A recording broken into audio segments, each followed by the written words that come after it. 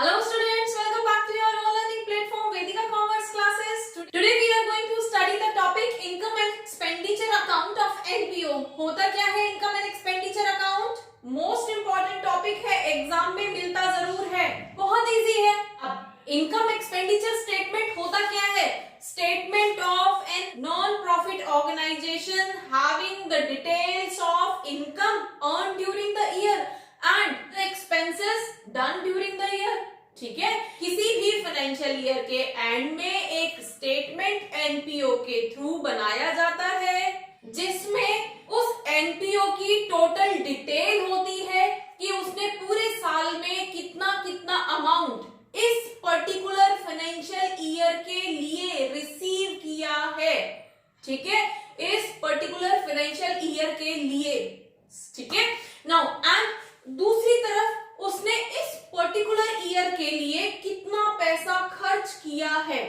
ठीक है, अब हम बार बार एक पॉइंट पे फोकस कर रहे हैं, इस पर्टिकुलर ईयर के लिए, और यही डिफरेंस है रिसीट एंड पेमेंट अकाउंट और इनकम एंड एक्सपेंडिचर अकाउंट के अंदर। अब receipt and payment account we already have done in our earlier classes. If you have not seen yet, then go to the classes. The description is given in the description box. Okay? Now, income expenditure account हमारा सिर्फ और सिर्फ इस particular year के लिए बनाया जाता है।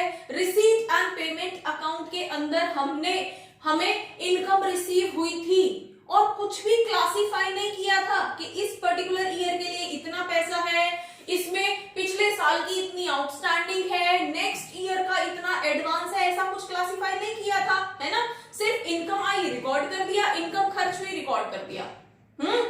यहाँ पे हमें उस इनकम में से या उस पर्टिकुलर अमाउंट में से ये सेग्रीगेट करना पड़ेगा कि इस पर्टिकुलर फाइनेंशियल ईयर के लिए हमारा कितना पैसा इसके अंदर इन्वॉल्व है, कितना पैसा इसमें लास्ट ईयर का आउटस्टैंडिंग है और कितना पैसा इसमें अपकमिंग ईयर के लिए एडवांस इन्वॉल्व है। तो उस तरह की एडजस्टमेंट करने के बाद में हमारे पास प्योर अमाउंट निकल के आएगा इस फाइनेंशियल ईयर के लिए, for this financial year. Okay, तो income expenditure statement is the statement of income and expenditures of that NPO for that particular financial year. ठीक है, तो उसके कुछ फीचर्स हैं, like prepared at the end of the financial year. जैसे कि हमने 11th क्लास में प्रॉफिट एंड लॉस अकाउंट बनाया था, सेम वही है, बस एनपीओ में उसको इनकम एंड एक्सपेंडिचर का नाम दे देते हैं। सेम वही है, वही एडजस्टमेंट्स हैं जो हमने प्रॉफिट एंड लॉस अकाउंट के अंदर की थी, बस उनके नाम बदल के कुछ और बोल दिया गया है। ठीक है, अब वो क्या है वो हम वन बाय वन पढ़ेंगे। जैसे profit and loss account eight the end of financial year बनाया था, ऐसे ही यहाँ पे एनपीओ के जो खर्चे और इनकम है उसको उसका स्टेटमेंट, उसकी समरी जो है eight the end of financial year prepare करेंगे, मतलब 31 मार्च को। Next is revenue nature expenditure and income only, means यहाँ पे सिर्फ और सिर्फ रेवेन्यू नेचर के एक्सपेंडिचर्स या इनकम को ही ट्रीट किया जाएगा। मतलब क्या है, रेवेन्यू नेचर के इनकम और एक्सपेंडिचर्स क्या होते हैं, जो रूटीन बेसिस में उस पर्टिकुलर ऑर्गेनाइजेशन के रूटीन बेसिस का पार्ट होते हैं, वो खर्चे या वो इनकम हमारी रेवेन्यू नेचर के बोले जाते हैं। जैसे कि एनपीओ ने रूटीन में कोई सब्सक्रिप्शन रिसीव किया है, ठीक है, हर साल वो सब्सक्रिप्शन रिसीव करता है, हर साल वो रेनोवेशन वगैरह में कुछ खर्च करता है, सैलरी देता है, तो ये उसके रूटीन एक्सपेंसेस, रूटीन इनकम होते हैं, सिर्फ उन्हीं को हम यहाँ पे ट्रीट करेंगे। ठीक है, next, non cash expenditures also accounted here, means हमारे नॉन कैश एक्सपेंडिचर्स जैसे कि डेप्रिसिएशन, याद है प्रॉफिट एंड लॉस अकाउंट, वहां पे हमने डेप्रिसिएशन, इंटरेस्ट, कमीशन, इस तरह के कुछ नॉन ऑपरेटिंग चीजों को भी लिया था, है ना। यहाँ पे भी हम डेप्रिसिएशन जैसे एक्सपेंसेस जिनकी वजह से उस नॉन प्रॉफिट ऑर्गेनाइजेशन का प्रॉफिट इफेक्ट करता है, उनको हम यहाँ पे अकाउंट करेंगे। ठीक है, next is capital expenses and income. No, strictly no, यहाँ पे किसी भी कैपिटल एक्सपेंस या कैपिटल इनकम को कंसीडर नहीं किया जाएगा। कैपिटल नेचर की इनकम क्या होती है, जैसे कि कोई स्पेसिफिक फंड मिला है एनपीओ को, लाइक स्टेडियम बनाने के लिए फंड मिला है, उस फंड को वो सिर्फ स्टेडियम बनाने के लिए ही यूज करेगा, किसी दूसरे वर्क के लिए उसको यूज नहीं कर सकता। ठीक है, दूसरी तरफ एक्सपेंसेस, अब जैसे कि किसी एनपीओ ने कोई कार खरीदी है, तो कार क्या है, एक एसेट है ना, उसकी जो भी कॉस्ट रही होगी वो कैपिटल नेचर का एक्सपेंडिचर है, उसको हम इनकम एंड एक्सपेंडिचर के अकाउंट के अंदर शो नहीं करेंगे, बैलेंस शीट में एज एन एसेट शो करेंगे। लेकिन अगर उस कार के मेंटेनेंस के लिए कोई खर्चा हुआ है तो वो तो रेवेन्यू नेचर का है, वो हम यहाँ पे रिकॉर्ड करेंगे।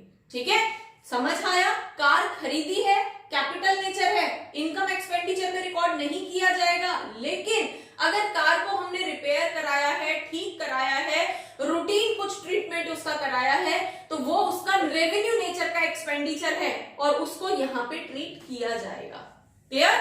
नेक्स्ट इज, अब इनकम एक्सपेंडिचर का नेचर कैसा होता है, दैट इज प्योरली नॉमिनल। यहाँ पे जितने भी एक्सपेंसेस या इनकम होते हैं वो किसी ना किसी की वजह से होते हैं, किसी ना किसी के नाम पे होते हैं। जैसे कि नॉमिनल अकाउंट क्या था, expenses, all expenses and losses are debit and all income and gains are credit. मतलब सैलरी के नाम पे पैसा गया, खर्चा था, डेबिट कर दिया। ठीक है, कमीशन के नाम पे पैसा रिसीव हुआ है, इनकम थी, क्रेडिट कर दिया।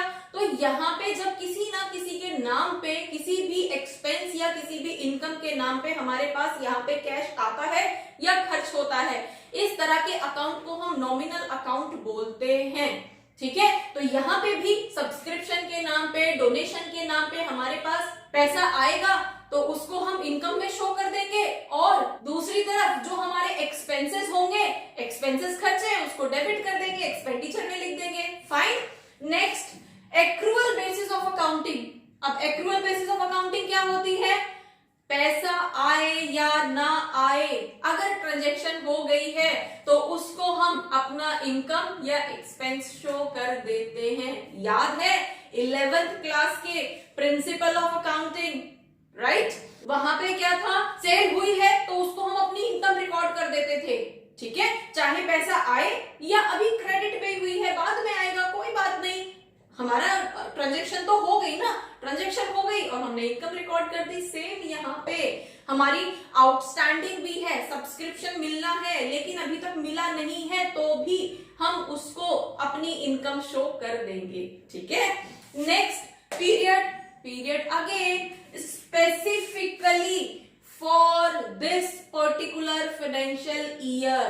ठीक है, लाइक अगर हम एग्जाम्पल लेते हैं 2020-21 मीन्स अगर हम ये फाइनेंशियल ईयर ले रहे हैं तो सिर्फ इसी के एक्सपेंसेस और इसी की इनकम को ट्रीट करेंगे।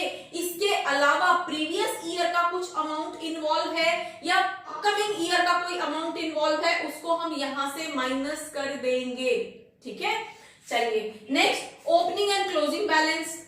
अब रिसीट एंड पेमेंट में तो हमारे पास ओपनिंग बैलेंस था, कैश की फॉर्म में, बैंक की फॉर्म में। यहाँ पे ऐसा कोई ओपनिंग बैलेंस नहीं होता। प्रॉफिट एंड लॉस अकाउंट में कभी ओपनिंग बैलेंस था क्या? नहीं, ट्रेडिंग अकाउंट में हुआ करता था। सेम ऐसे ही यहाँ पे रिसीट एंड पेमेंट अकाउंट में होता है, लेकिन इनकम एंड एक्सपेंडिचर अकाउंट में कोई ओपनिंग बैलेंस नहीं होता, लेकिन क्लोजिंग बैलेंस होता है। अब क्लोजिंग बैलेंस को यहाँ पे क्या बोलते हैं, ईदर सरप्लस और डेफिसिट। या तो हम सरप्लस बोलते हैं या फिर हम डेफिसिट बोलते हैं। ठीक है, तो यहाँ पे कोई भी ओपनिंग बैलेंस तो होता नहीं है, लेकिन क्लोजिंग बैलेंस या तो हमारे सरप्लस के नाम से जाना जाता है या फिर डेफिसिट के नाम से जाना जाता है। Next, adjustments. यस, हम तो पढ़ते आ रहे हैं भी, इस पर्टिकुलर फाइनेंशियल ईयर के लिए हमारी कोई भी आउटस्टैंडिंग है, हमारी कोई भी एडवांस इनकम है, एडवांस प्रीपेड एक्सपेंसेस हैं, एक्रूड इनकम है, जो भी है सारी एडजस्टमेंट हमें यहाँ पे करनी है।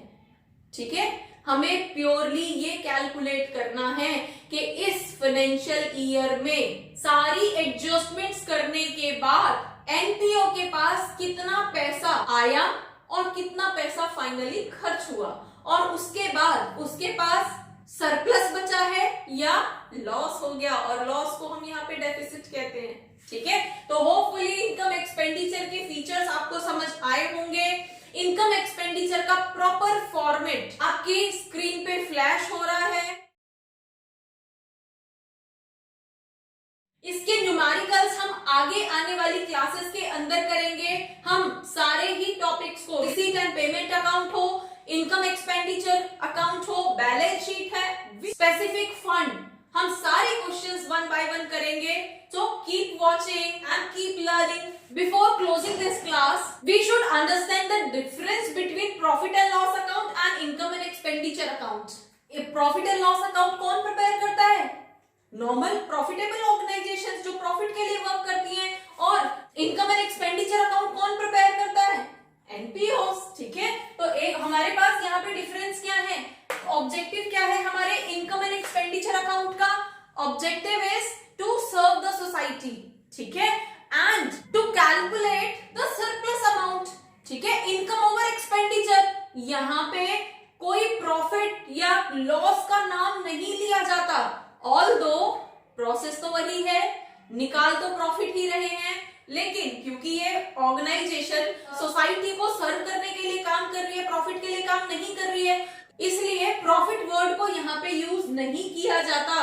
तो यहाँ पे इसका ऑब्जेक्टिव क्या है इनकम एंड एक्सपेंडिचर का? टू कैलकुलेट सरप्लस या डेफिसिट। ठीक है, और दूसरी तरफ प्रॉफिट एंड लॉस अकाउंट का क्या ऑब्जेक्टिव है? To calculate profit. अब next is prepared by whom? Income expenditure कौन प्रिपेयर करता है? Income expenditure is prepared by NPO organisations and profit and loss account by profitable organisations या फिर normal organisations. ठीक है, सेकेंड मेथड। अब हमारे पास मेथड क्या होता है इनकम एंड एक्सपेंडिचर कैलकुलेट करने का? पहले हमें रिसीट एंड पेमेंट अकाउंट बनाना होता है। रिसीट एंड पेमेंट अकाउंट से हमें पता चलता है कि फाइनली इतना पैसा रिसीव किया था और इतना खर्च हुआ है। फिर उसमें से क्लासिफाई करते हैं कि ये जो पैसा हमें रिसीव हुआ है इसमें से इस फाइनेंशियल ईयर के लिए कितना है। तो यहाँ पे पहले रिसीट एंड पेमेंट अकाउंट बनता है, then income and expenditure account बनता है।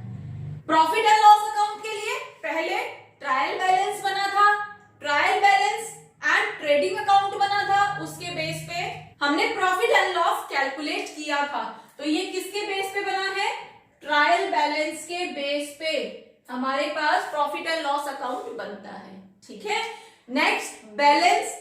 जो भी बैलेंस आता है लास्ट में उसको हम क्या बोलते हैं एनपीओ के अंदर? सरप्लस। ठीक है, तो यहाँ पे हम सरप्लस या डेफिसिट बोलते हैं, और प्रॉफिटेबल ऑर्गेनाइजेशन के अंदर उसको हम प्रॉफिट या लॉस बोलते हैं।